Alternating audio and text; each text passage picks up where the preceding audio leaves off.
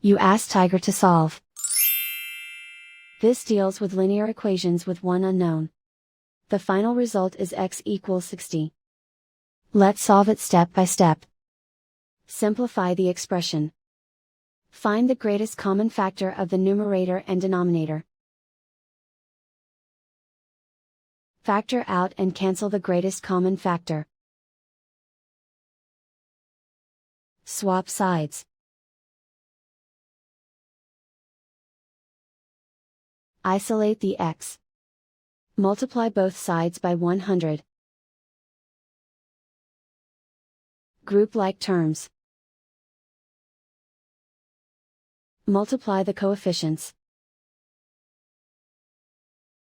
Simplify the fraction. Multiply the fractions. Simplify the arithmetic. And so the final result is x equals 60.